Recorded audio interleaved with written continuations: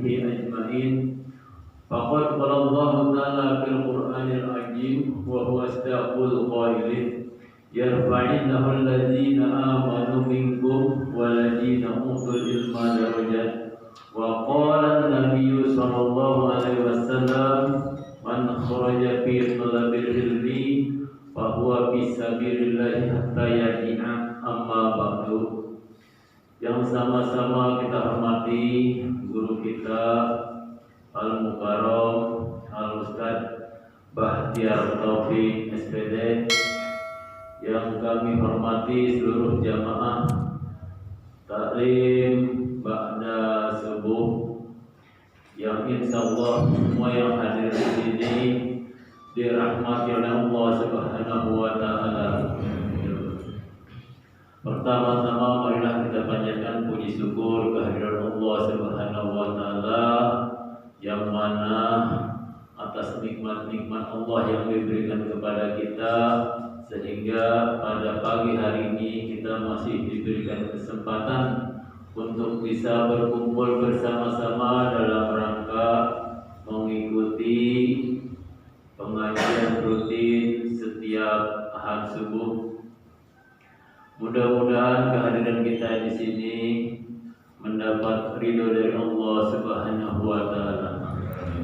Tak lupa salawat serta salam semoga selalu tercurah kepada junjungan Nabi besar kita baginda Nabi Muhammad sallallahu alaihi wasallam, para keluarganya, sahabatnya, dan kita sebagai umatnya. Mudah-mudahan selalu istiqomah. Bapak-bapak, ibu-ibu, hadirin yang kami hormati, mudah-mudahan di pagi hari ini kita semua diberikan kesehatan dan hidayah oleh Allah Subhanahu wa taala. Mungkin hanya ini sebagai pembuka pengajian pada pagi hari ini. Lebih kurang saya mohon maaf. Billahi taufiq wal hidayah. Wassalamualaikum warahmatullahi wabarakatuh. Waalaikumsalam warahmatullahi wabarakatuh.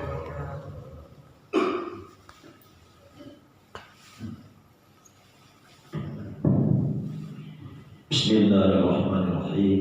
Assalamualaikum warahmatullahi wabarakatuh. Waalaikumsalam warahmatullahi wabarakatuh. Alhamdulillahirabbil alamin.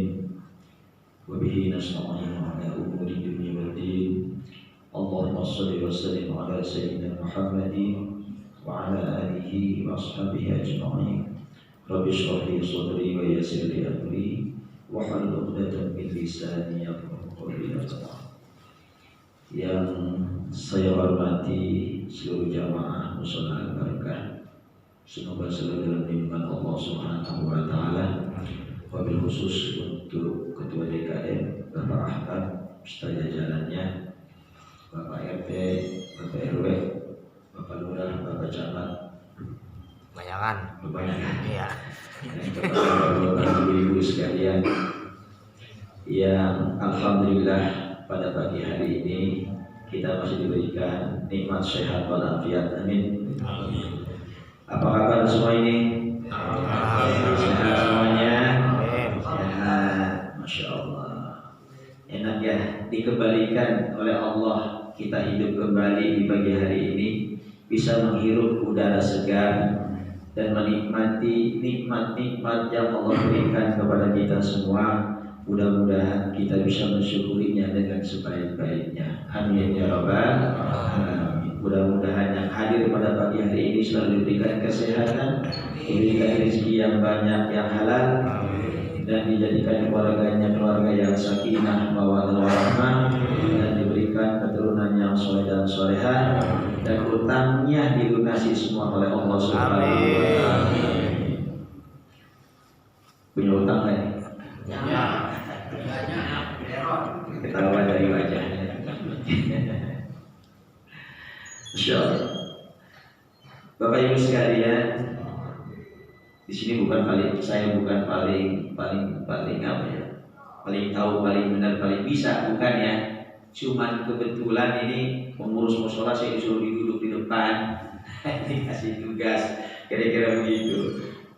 Jadi mungkin pengetahuan mah enggak nggak seberapa, hanya sedikit yang saya miliki mungkin, cuman pengen berbagi aja kira-kira begitu. Mudah-mudahan ada manfaatnya. Kalau seandainya ada banyak salah, hilaf dan lupa, mohon dimaafkan ya. Nanti kalau umpamanya ada sesuatu yang diragukan, boleh ditanyakan, boleh ditanyakan ke sayanya, juga boleh ditanyakan kepada yang lain-lainnya. Begitu. Mungkin karena keterbatasan pengetahuan yang saya miliki, kira-kira seperti itu. Bismillahirrahmanirrahim. Melanjutkan yang bulan yang lalu ya, tentang masih tentang masalah sholat. Jadi saya pembahasannya kemana nih? Gak pakai buku, gak pakai apa nih? Saya ketemunya dia, terus ketemunya. Iya. Kemarin masalah wudu, masalah sholat. Wudu ini kan bagian daripada syarat sahnya sholat. Tanpa ada wudu, otomatis sholatnya juga tidak sah. Karena itu ya. Karena kita harus berwudu.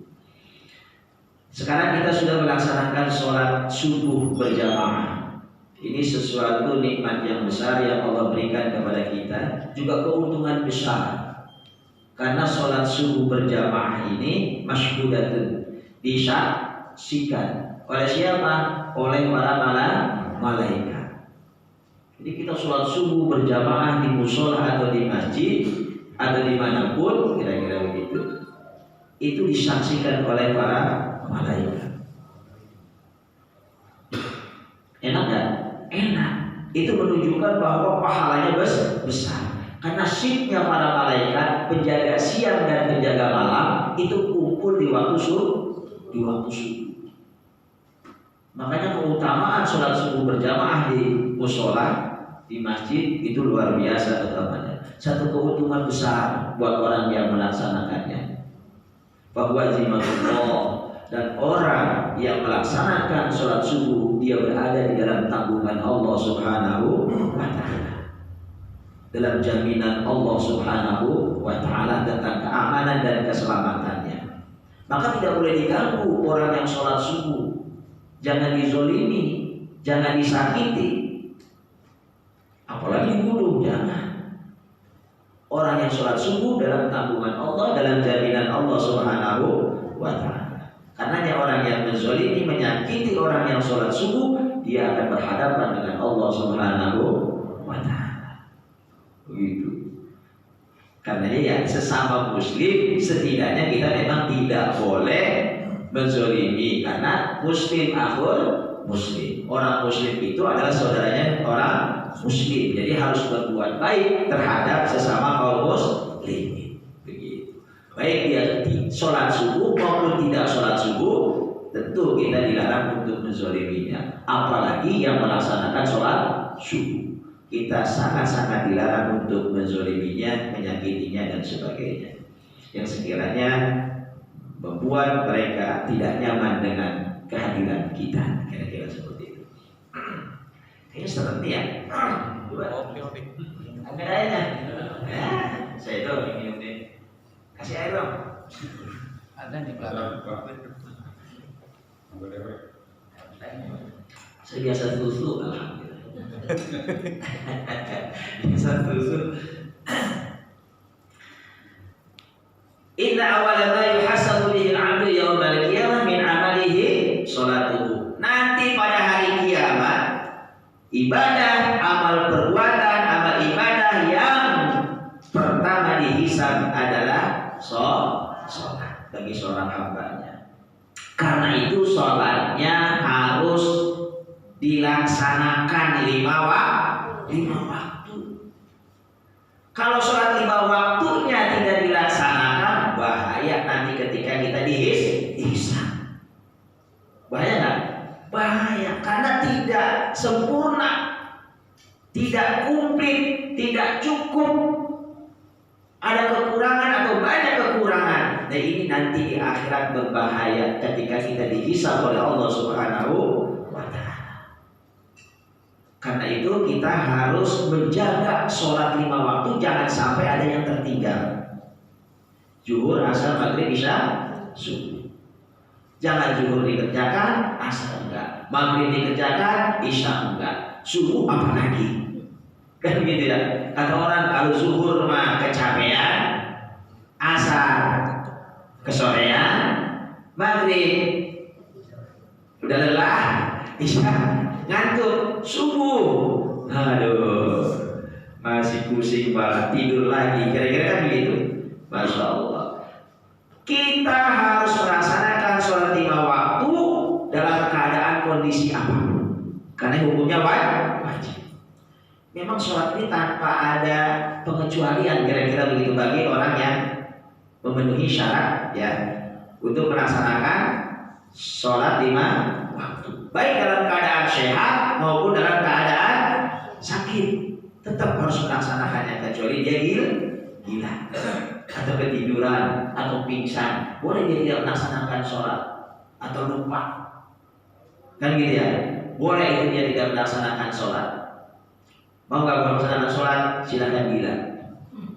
Ya, mau tidak melaksanakan sholat, silahkan tidur selama-lamanya. Mau tidak melaksanakan sholat, silahkan pingsan untuk yang lama. Ya, itu nggak apa-apa. Atau lupa ingatan sama sekali tentang masalah sholat, silahkan kalau mau hilang ingatan. Ya, itu boleh kita meninggalkan sholat. Tapi kalau dalam keadaan normal, akal pikiran kita, maka itu diwajibkan kita untuk melaksanakan sholat 5 waktu. Liduluki syamsi ila ghasaqil lail wa qur'anal fajr, inna qur'anal fajri kana masyhuda. Begitu. Dirikanlah sholat liduluki syamsi, karena tergelincirnya matahari. Kita sholat zuhur kan karena tergelincirnya matahari, ya kan? Karena tadinya lurus begini nih, terus tergelincir sedikit, itu jatuh waktu zuhur. Asar tergelincir lagi, masuk waktu asar, tergelincir lagi, masuk waktu maghrib, tergelincir lagi, masuk waktu isya, sampai waktu subuh. Itu kewajiban kita, cuma itu tidak dijelaskan secara terperinci di dalam Al-Quran, dijelaskannya di dalam hadis. Begitu. Itu sholat yang harus kita jaga. Kalau kita jaga sholat 5 waktu kita, insya Allah ketika kita dihisab oleh Allah nanti di yaumil qiyamah, kita dalam keadaan tenang, dalam keadaan aman. Mudah-mudahan sholat kita diterima oleh Allah Subhanahu wa Ta'ala.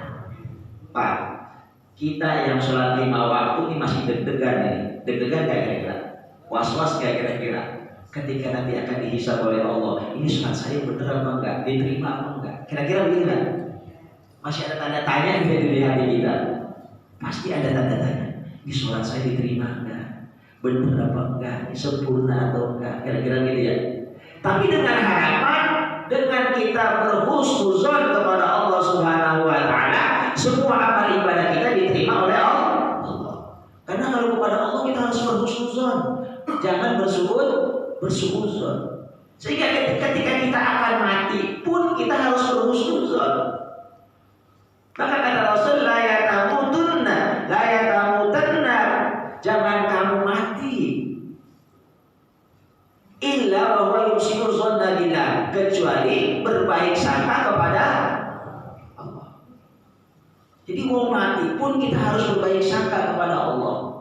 Apalagi dalam masalah beribadah kepada Allah, kita harus berbaik sangka. Tapi tetap kita harus berhati-hati, jangan sampai ibadah kita nanti kurang sempurna, apalagi tidak diterima oleh Allah Subhanahu wa Ta'ala. Itu harus kita jaga kehati-hatiannya, begitu ya. Jadi mau meninggal aja kita harus berbaik sangka kepada Allah. Allah akan mengampuni dosa-dosa kita, Allah akan merahmati kita, Allah akan memasukkan kita ke dalam surganya. Kita harus berbaik sangka kepada Allah. Karena ana inda dzanni abdi, kata Allah, aku tergantung prasangka daripada hambaku. Kalau prasangkanya baik, sangka baiknya kepada Allah itu ada, Allah pun akan memperlakukannya dengan baik terhadap diri kita. Tapi kalau kita berprasangka buruk kepada Allah, maka Allah pun akan memperlakukan kita dengan buruk. Karena itu kita tetap jaga prasangka baik kita kepada Allah Subhanahu wa Ta'ala. Allah kasih sakit kepada kita, apakah Allah benci kepada kita? Tidak, jangan berburuk sangka. Allah itu senang, sayang kepada kita, maka kita dikasih sakit. Kenapa? Karena dengan sakit itu Allah ingin menurunkan rahmatnya kepada kita. Allah ingin menghapus dosa-dosa kita. Allah ingin mengangkat derajat kita. Ketika diberi sakit, kita dalam keadaan sabar, dalam keadaan taat, dalam keadaan tawakal kepada Allah Subhanahu wa Ta'ala. Jadi jangan berburuk sangka kepada Allah. Allah sedang menguji kita. Allah sedang memanggil kita untuk lebih dekat lagi kepada Allah Subhanahu wa Ta'ala. Begitu. Allah lagi kasih susah sama kita, lagi kasih seret rezeki kita. Bukan berarti Allah benci kepada kita. Begitu. Tapi Allah sedang ingin memanggil kita supaya lebih dekat lagi kepadanya. Banyak meminta, banyak bersujud kepadanya. Begitu. Jadi kita harus berbaik sangka, jangan berburuk sangka.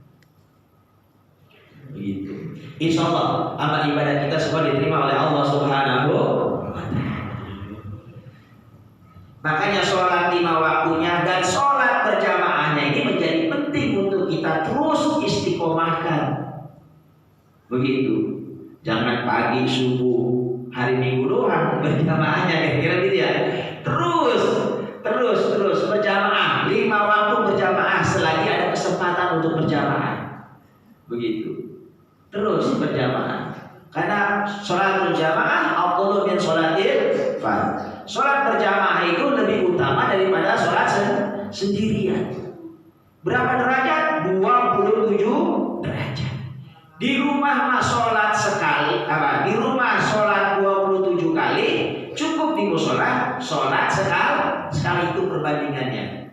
Kita sholat sekali di musola, sholat subuh itu sama dengan kita sholat subuh di rumah 27 kali.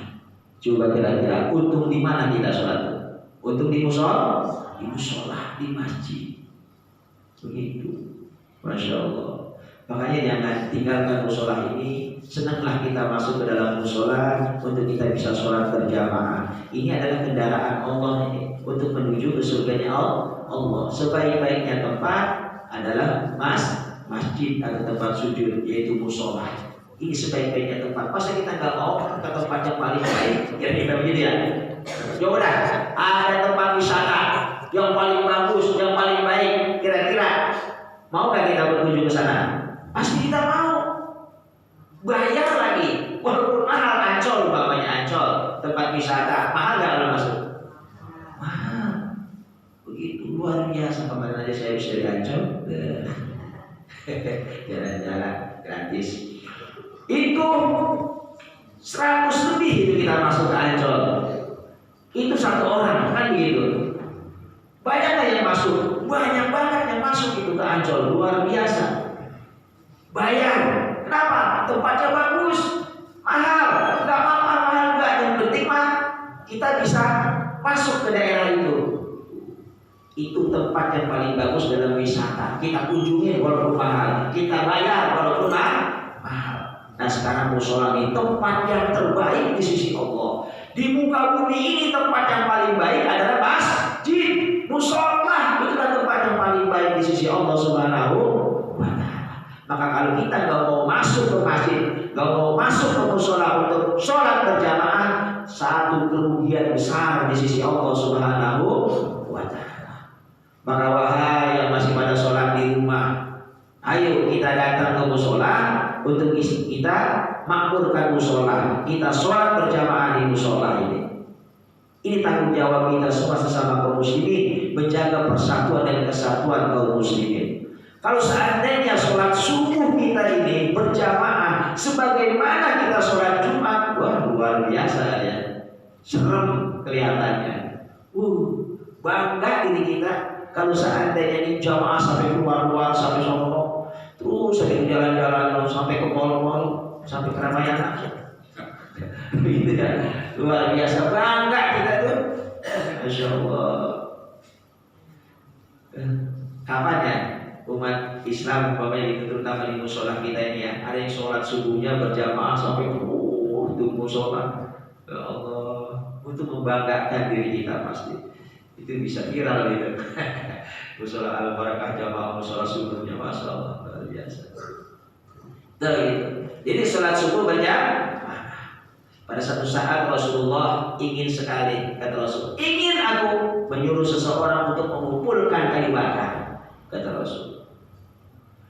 Lalu kusuruh orang untuk azan sholat, dan aku perintahkan seseorang untuk menjadi imam sholat pada saat itu, dan akan aku tinggalkan mereka. Aku pergi mengunjungi orang-orang yang tidak sholat berjamaah. Fauhariqu alaihim buyutahum, dan akan aku bakar rumahnya, kata Rasul. Orang-orang yang tidak mau sholat berjamaah. Luar biasa ancaman Rasul kepada orang yang tidak mau sholat berjamaah. Akan aku bakar rumahnya.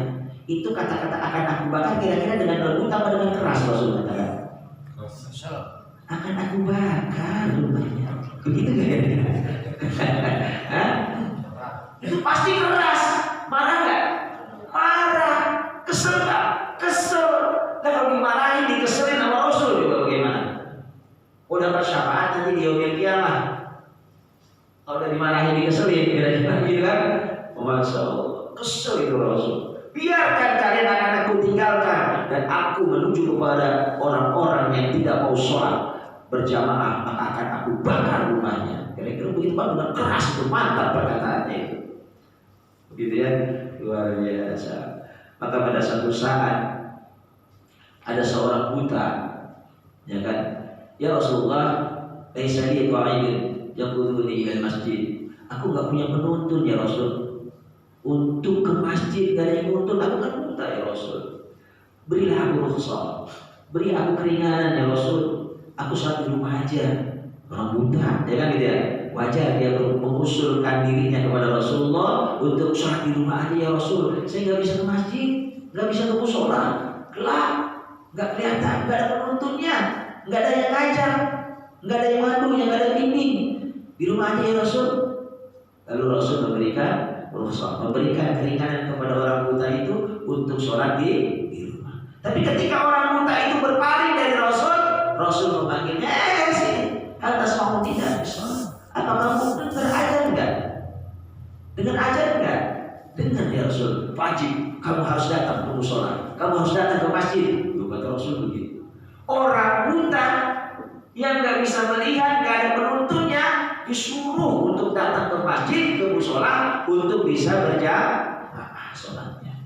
Luar biasa. Itu orang buta masih disuruh oleh Rasul. Bagaimana dengan kita yang normal? Yang lihat janda aja terang perasaannya kan? Lihat duit masih jelas kan begitu. Masya Allah, masih kita nggak mau ke musola, ke masjid.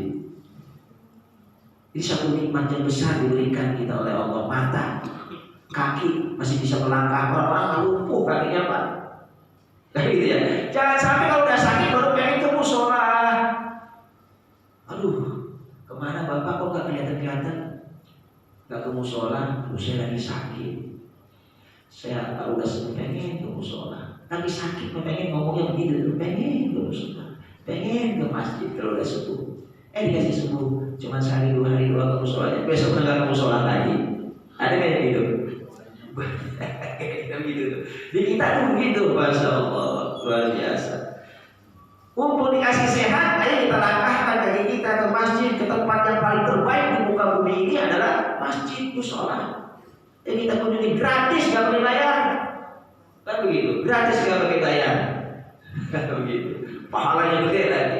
Langkah kita dari rumah ke musola itu menggugurkan dosa. Jadi bukan main-main itu. Langkah kita dari rumah ke musola itu menggugurkan dosa-dosa kita dihapus setiap kita melangkah. Derajat kita dinaikkan oleh Allah setiap kali kita melangkah. Itu keuntungan besar. Maka kerugian besar bagi orang yang gak mau ke musola dan ke masjid untuk bisa sholat berjamaah. Ini orang-orang kaya nih semuanya di sini. Ya, karena sudah sholat sunnah 2 rakaat sebelum subuh. Ini orang kaya semua di sini. Ya kan? Karena sholat sunnah 2 rakaat sebelum subuh itu lebih baik daripada dunia dan isinya. Iya, dunia pada papanya. Pulau Jawa kita jual nggak seberapa harganya dibandingkan dengan kita sholat sunnah 2 rakaat sebelum subuh. Masya Allah, keuntungan orang. Apalagi dia yang bisa sholat subuhnya berjamaah, luar biasa. Begitu. Subhanallah. Itulah sholat lima waktu yang harus kita jaga. Dijamin oleh Allah orang yang sholat 5 waktu, yang istiqomah, yang selalu dia laksanakan dalam kehidupannya, dalam keadaan apapun, dalam keadaan senang maupun dalam keadaan susah, dalam keadaan gembira maupun dalam keadaan sedih, dalam keadaan kaya maupun dalam keadaan miskin, tetap dia laksanakan sholat 5 waktunya.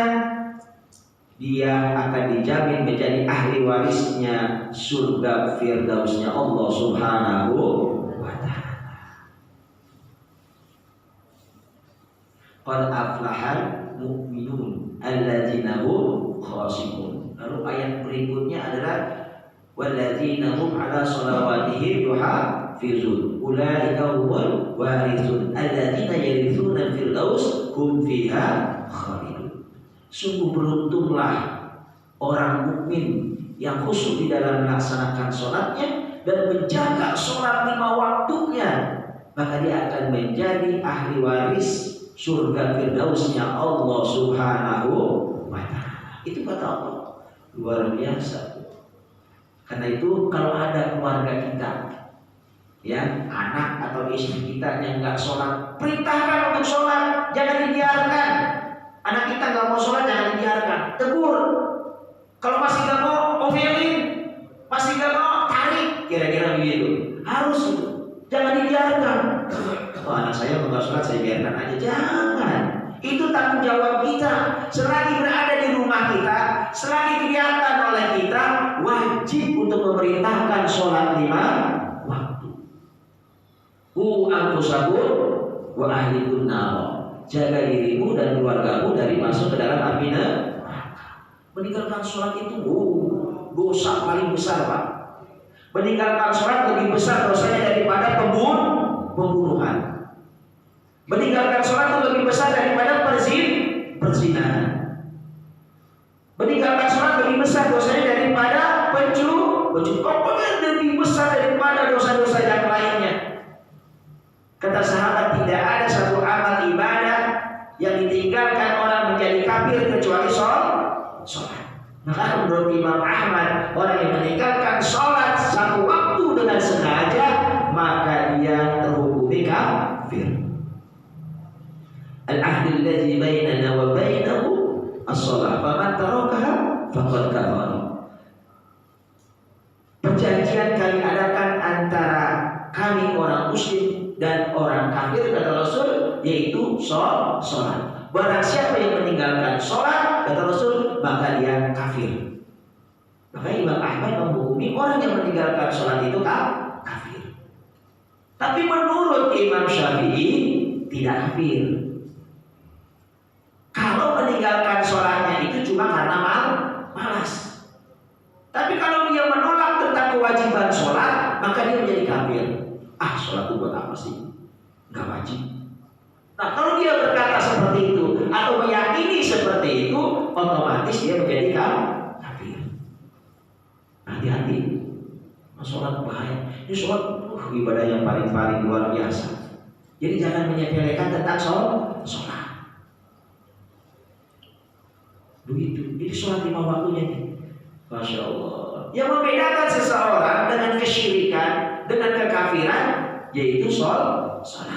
Sholat sebagai identitas kaum muslimin. Orang Islam sholat, orang kafir sholat nggak? Coba, orang Islam ciri-cirinya sholat, orang kafir ciri-cirinya tidak sholat. Sekarang orang Islam tidak sholat, ciri-cirinya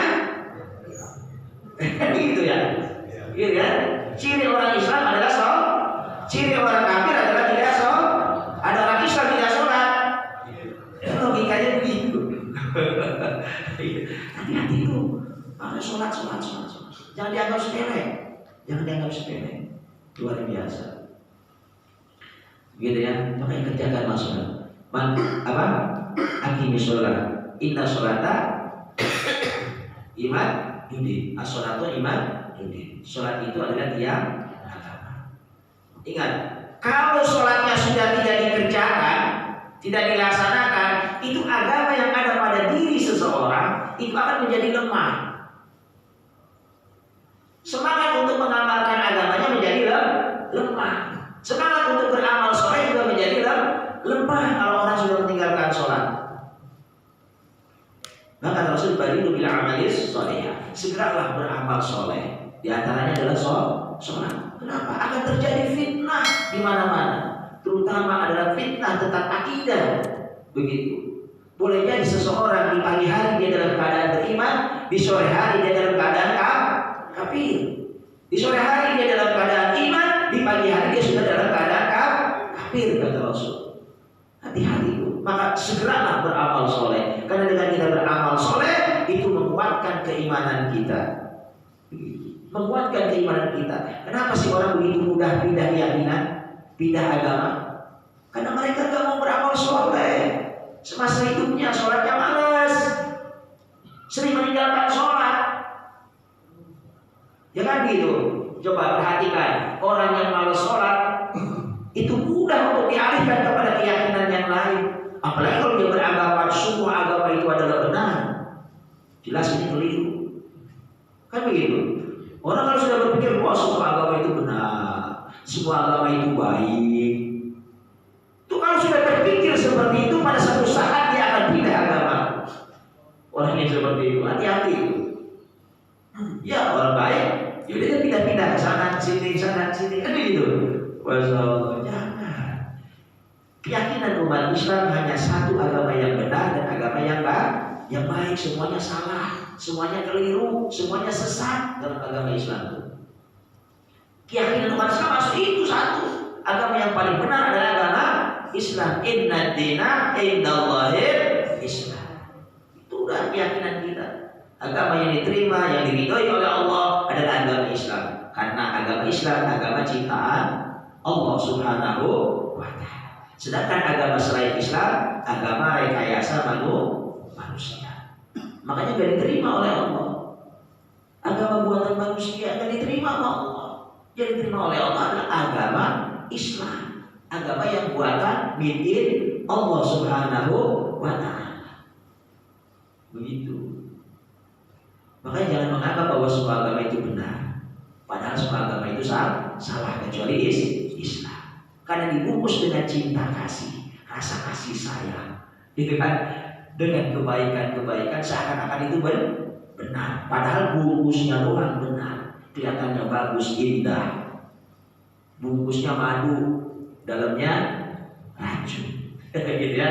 Hati-hati tuh. Buat keyakinan umat Islam supaya kuat keimanannya, jangan tergoyahkan dengan keyakinan yang lain. Begitu. Apa jadi sono-sono ya? Sholat, bulan. Jadi lagi sholat ya. Lagi sholat. Itu sholat lima waktu harus kita jaga. Di samping sholat 5 waktu juga harus kita perbanyak sholat sunnah. Karena sholat sunnah menjadi penting sebagai penambal daripada sholat wajib. Ketika sholat wajib kita kurang sempurna, maka sholat sunnah menjadi penambalnya. Kalau sholat 5 waktunya sudah sempurna, nggak perlu sholat sunnah. Umpamanya sholat kita sholat 5 waktu kita juga sempurna nih ya. Zuhur, asar, maghrib, isya, subuh sempurna nih. Nggak ada kekurangan sama sekali sholat kita. Kita udah aman dan selamat. Fa in sholuhat qad aflaha wa anjaha. Kalau sholat 5 waktunya dia baik, sempurna, begitu kan? Maka dia akan selamat, akan menjadi orang yang beruntung dan selamat, tidak akan dimasukkan ke nerakanya Allah Subhanahu wa ta'ala. Dia akan dimasukkan ke surganya Allah. Tapi kalau seandainya fa'in fasadat, kalau seandainya sholatnya rusak, faqad khasira, faqad khaba wa khasira, maka dia akan menyesal dan akan merugi. Karena dia akan dimasukkan ke nerakanya Allah kalau tidak sempurna sholatnya. Makanya perlu ada sholat sunnah sebagai penambah daripada sholat wajib kita yang tidak sempurna. Sholat qobliyahnya, sholat ba'diyahnya, itu makanya di sholat jangan pada kabur. Tapi sholat Allahumma lantas jahanam, bukan Allahumma lantas sama. Pada kabur saya di sholat. Sholat sunnah dulu. Ya nggak apa-apa sih pada kabur kalau sholat sunnahnya di rumah. Di rumah kira-kira sholat sunnah nggak, Mbak Dia? Sholat sunnah nggak, Mbak Dia? Takutnya di rumah juga males sholat sunnah kan gitu. Apalagi udah di rumah, udah ada yang ngajak ngobrol, ya kan? Udah macam-macam yang dipegang, yang dilihat, udah males gitu. Apalagi udah pegang HP, udah males kita sholat sunnah. Kira-kira di rumah. Nah karena itu sebelum di rumah, sebelum kita balik, ya di musola lah kita sholat sunnahnya. Gak apa-apa, di rumah memang bagus. Ya, sholatul mar'i fi baitihi itu lebih bagus. Sholat seseorang di rumahnya itu lebih bagus, sholat sunnah. Tapi kalau sholat wajib sholat wajib di musola atau di masjid. Itu seandainya sempurna dia akan selamat, tapi kalau tidak sempurna dia akan merugi. Sholat wajibnya tuh nggak sempurna, dia akan merugi. Lalu bagaimana untuk menyempurnakannya? Yaitu ditambah dengan sholat sunnah. Maka perbanyaklah sholat sunnah. Insya Allah dengan sholat sunnah ini nanti bisa menutupi kekurangan sempurnaan sholat wajib kita. Gitu kan? Allah akan memerintahkan malaikat, unsuru li'abdi min tatawwu'in, kata Rasul, kata Allah. Cari malaikat amalan-amalan sholat sunnah daripada hamba-hambaku, bawa sini untuk menyempurnakan sholat wajibnya. Itu. Begitu juga dengan amal ibadah yang lainnya. Puasa umpamanya. Puasa kita tidak sempurna, maka Allah menyuruh kepada malaikat untuk mencari puasa-puasa sunnah untuk menyempurnakan puasa wajib. Begitulah. Zakat pun begitu. Zakat yang tidak sempurna, maka Allah menyuruh malaikat untuk mencari amalan-amalan sedekah sunnah hambanya untuk menambah zakatnya yang kurang sempurna. Begitu. Subhanallah. Jadi maka menjadi penting yang sunnah-sunnah. Maka ketika seseorang ditawarkan oleh Rasul, namanya Rabi'ah Al-Aslami, beliau adalah seorang ahli sufah, orang yang diam di Masjid Nabawi. Kemudian beliau membantu Rasulullah mengambilkan air untuk berwudu, untuk bersuci. Kemudian Rasul menawarkan kepada Rabi'ah ini, "Sal, mintalah kamu wahai Rabi'ah, apa yang kamu inginkan?" Dia pikir-pikir, "As'aluka murafaqataka fil jannah ya Rasulullah." Aku mohon kepadamu untuk bisa masuk surga bersamamu. Awal zalik. Itu aja, nggak ada yang lain. Minta mobil itu 10. Enggak ya Rasul. Rumah kali yang enggak juga ya Rasul. Villa enggak. Motor juga enggak. Bini 4 enggak juga. Bini 4. Masya Allah, banyak benar. Enggak juga ya, enggak minta itu ya Rasul. Saya enggak minta yang lain-lain. Cuma saya minta bisa berbarengan masuk surga dengan engkau ya Rasul. Cuma itu yang dia minta. Cuma itu aja. Iya ya Rasul.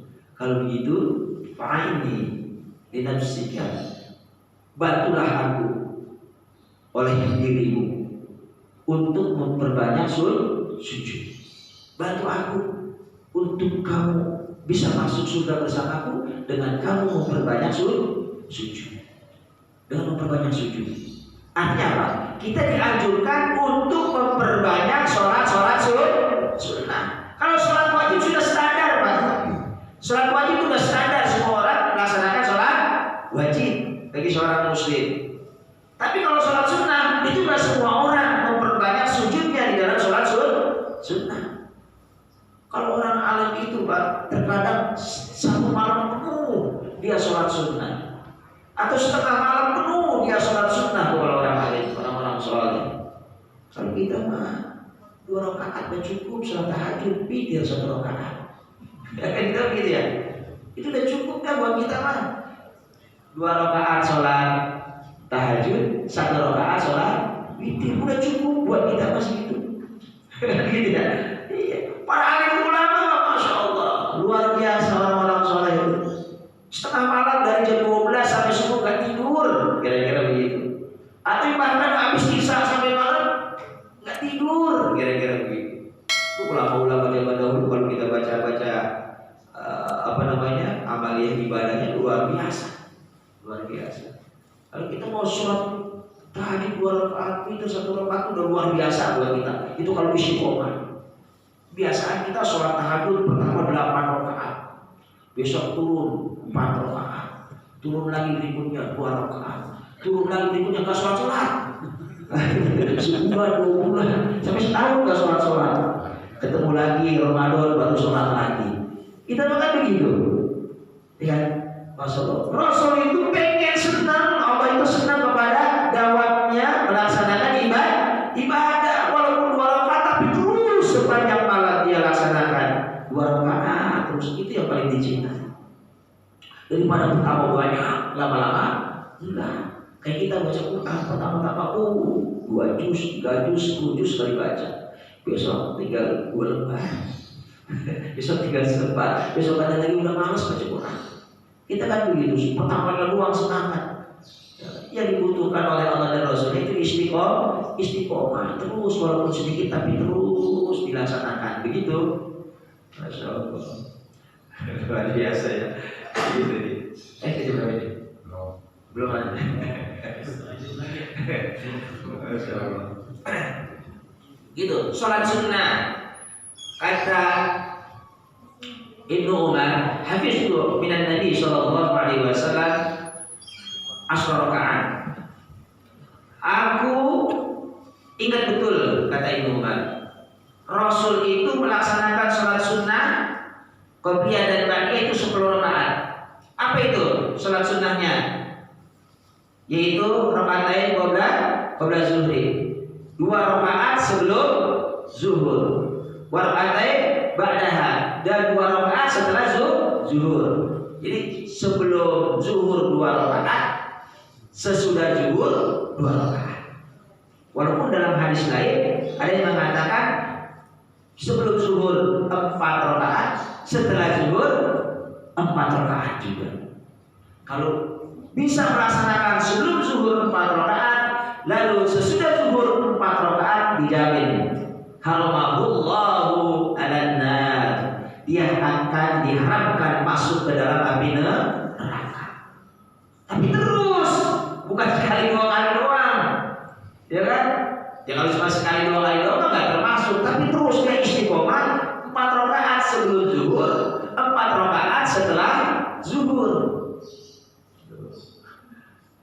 Ya, pernah melaksanakan itu 4 rakaat sebelum zuhur dan 4 rakaat sesudah zuhur, pernah nggak?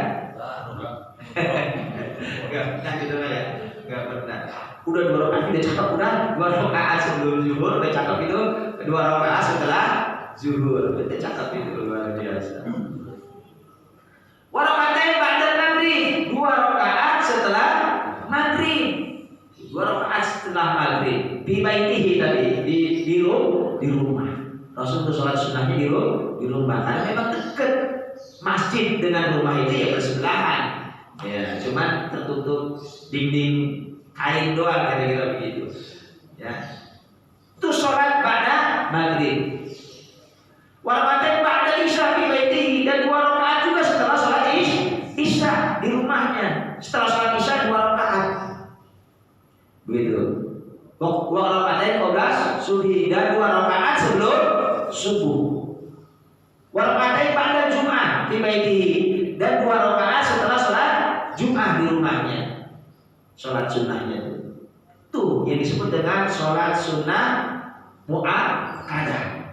Sholat sunnah mu'akkadah, ada sholat sunnah ghair mu'akkadah. Sholat sunnah mu'akkadah ini sholat sunnah yang sangat dianjurkan, yang sangat diharuskan oleh Rasul, karena punya keutamaan yang sangat luar biasa di sisi Allah Subhanahu wa ta'ala, pahalanya besar. Tapi selain daripada itu namanya ghair mu'akkadah, tidak terlalu dianjurkan. Rasul cuma hanya berkata liman syaa, bagi orang yang mau saja, seperti sebelum maghrib dan sebelum isya. Itu cuma hanya bagi mereka yang mau saja. Tapi kalau yang ba'da maghrib, ba'da isya, sebelum subuh, sebelum zuhur, sesudah zuhur, itu sangat dianjurkan sekali oleh Rasulullah Sallallahu Alaihi Wasallam.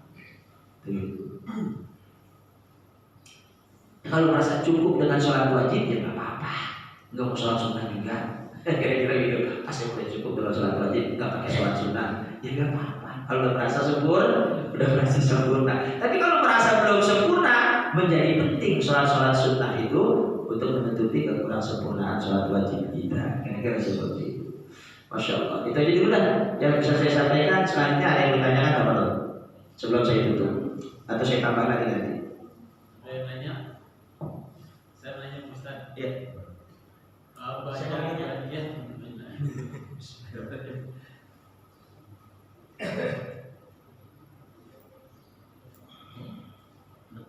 Nanya kan nggak sambil minum kan? Kalau nanya nggak sambil minum kan? Dengar gak? Ya nggak sambil minum kan? Ini saya mau nanya, bacaan apa saja yang sunnah di dalam sholat? Cuma itu Ustaz. Bacaan apa saja yang sunnah di dalam sholat. Sekarang bacaan apa saja yang wajib di dalam sholat. Ini menjadi penting. Bacaan apa saja sih yang wajib di dalam sholat? Di dalam sholat itu ada 3 rukun. Ada rukun qalbi, ada rukun fi'li, ada rukun qauli. Dalam sholat itu ada 3 rukun. Rukun qalbi itu adalah rukun hati, artinya pekerjaan hati. Apa itu pekerjaan hati? Niat. Jadi niat itu pekerjaan hati. Makanya niat nggak perlu diucapkan. Nggak mau ada usoli waktu zuhur itu lafaz niat, bukan niatnya mah di hati, itu mah lafaz niat. Gitu. Itu namanya rukun qalbi. Ada rukun qauli, pekerjaan lisan. Apa itu pekerjaan lisan? Bacaan-bacaannya. Nah, bacaan-bacaannya ini ada yang wajib, ada yang sunnah. Mana yang wajib? Pertama, takbir Allahu Akbar. Itu pekerjaan lisan atau pekerjaan hati? Takbir itu pekerjaan lisan, maka jangan di dalam hati. Enggak sah sholatnya. Kalau orang di dalam hati, karena itu pekerjaan lisan. Allahu Akbar. Lisannya mengucapkan, jangan hatinya, tapi lisan. Kalau hati boleh dia merenungkannya. Kayak gitu ya. Allahu Akbar, Allah Maha Besar. Itu kerjaan hati itu. Tapi kalau kerjaan lisan mengucapkan. Terus Allahu Akbar. Habis Allahu Akbar apa? Doa iftitah. Itu sunnah apa wajib doa iftitah? Sunnah. Kalau sunnah kalau tertinggal sah nggak sholatnya? Sah. Sengaja maupun tidak sengaja. Mau sengaja mau tidak sengaja doa iftitah kita nggak baca, sah nggak sholat? Sah. Habis iftitah apa? Fatihah. Fatihah sunnah apa wajib? Wajib. Itu kalau ditinggalkan sah nggak? Nggak sah. Kalau ditinggalkan tidak sah karena wajib. Kecuali apa? Kecuali orang yang tertinggal, gitu ya. Dalam sholat berjamaah kita sudah ketinggalan nggak? Disebutnya apa namanya orang yang tertinggal sholat? Masbuk.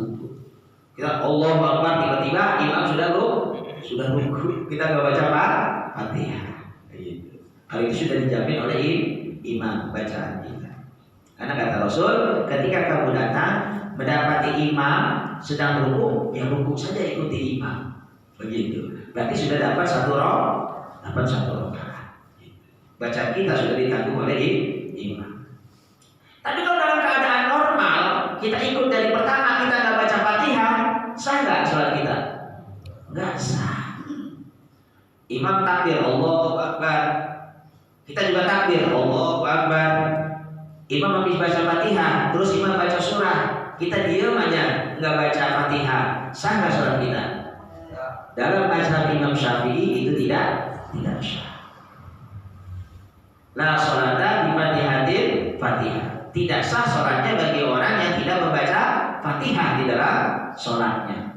Dalam mazhab Imam Syafi'i, setiap rakaat baik imam maupun makmum harus membaca Fatihah. Itu wajib hukumnya. Begitu. Berapa kali dalam satu rakaat kita baca Fatihah? Cukup sekali? Jangan berkali-kali. Karena imam bacaannya panjang, Fatihahnya dia ulang-ulang. Ada kayak gitu? Iya, imam bacanya Ar-Rahman umpamanya. Kan panjang tuh. Iya kan? Makmumnya sambil menunggu, sambil dia baca Fatihah berulang-ulang. Udah waladhdallin dibaca lagi. Alhamdulillahirabbil alamin. Walaupun pelan dia baca, tapi terus dia berulang-ulang seperti itu. Enggak perlu seperti itu. Cukup kita sekali. Ketika imam membaca surah, bagi makmum tugasnya adalah mendengarkan setelah membaca Fatihah. Pernah Rasul berkata kepada para sahabat, la'alakum taqra'un, apakah kalian membaca khalfal imam, membaca surat di belakang imam? Kata sahabat, na'am ya Rasulullah, kami membaca. Kata Rasul, la taf'alu illa bi fatihatil kitab. Jangan kamu baca kecuali surat Al-Fatihah. Tugas kamu mendengarkan, bukan ikut membaca bacaan imam. Ada nggak orang yang imam baca terus kamu ngikutin? Ada nggak? Ada. Mengikuti bacaan imam. Jangan, kata Rasul, jangan mengikuti bacaan imam. Kamu cukup membaca surat Al-Fatihah. Jadi surat Al-Fatihah itu wajib. Cukup baca Fatihah aja. Setelahnya kita dengerin aja bacaan imam. Nah, gitu. Baca surat setelah Al-Fatihah wajib apa sunnah? Sunnah. Setelah Fatihah kita baca qul atau baca inna atau inna, itu sunnah, dan surat-surat yang lainnya. Habis berdiri kita ruku, Allahu Akbar. Ruku bacaannya wajib apa sunnah? Ibu wajib apa sunnah? Ibu kan pengennya wajib, bapak pengennya sunnah. Itu sunnah. Bacaan ruku itu sunnah. Ruku aja bapak begini, nggak pakai baca, itu udah sah sholatnya. Paham? Sama tadi seperti waktu kita berdiri, kita baca Fatihah doang sholatnya. Iftitah nggak dibaca, surat-suratan juga nggak dibaca, Fatihah aja yang kita baca. Sah nggak sholatnya? Sah. Kita ruku bacaannya nggak kita baca, sah nggak? Sah. Iktidal, kita nggak baca tuh iktidal bacaannya, sah nggak? Sah. Karena itu sunnah, bacaan iktidal itu sunnah. Begitu. Terus kita sujud kita nggak baca, sujud aja kita, sah nggak? Sah, karena bacaannya sunnah. Duduk antara dua sujud, itu bacaannya sunnah. Sah sholat kita. Tahiyat awal itu sunnah menurut Imam Syafi'i, tapi menurut Imam Ahmad wajib. Ya, yang mengikuti mazhab Hambali itu wajib gitu. Menurut Imam Syafi'i itu sunnah. Enggak pakai tahiyat awal juga enggak apa-apa. Tapi harus diganti dengan sujud sahwi gitu. Nah, yang terakhir duduk tahiyat akhir. Nah, itu bacaannya wajib. Sampai mana wajibnya? Allahumma sholli ala Muhammad wa ala ali Muhammad itu sunnah. At-tahiyatul mubarakatuh sholawatu thayyibatu lillah. Assalamu alayka ayyuhan nabi wa rahmatullahi wa barakatuh. Assalamu alayna wa ala ibadillahis sholihin. Asyhadu an la ilaha illallah wa asyhadu anna Muhammadan Rasulullah. Allahumma sholli ala Sayyidina Muhammad. Bapaknya sampai itu wajibnya sampai situ. Wa ala ali Sayyidina Muhammad bersama itu sunnah. Kan dianjurkannya sholawat kepada Nabi. Wa ala ali itu adalah kepada keluarga Nabi. Jadi wa ala alinya itu sunnah, yang wajibnya kepada nabinya. Begitu. Sampai situ tuh. Terus assalamualaikum warahmatullah. Assalamualaikum. Ke kanan aja. Wajib. Kalau yang ke kiri sunnah.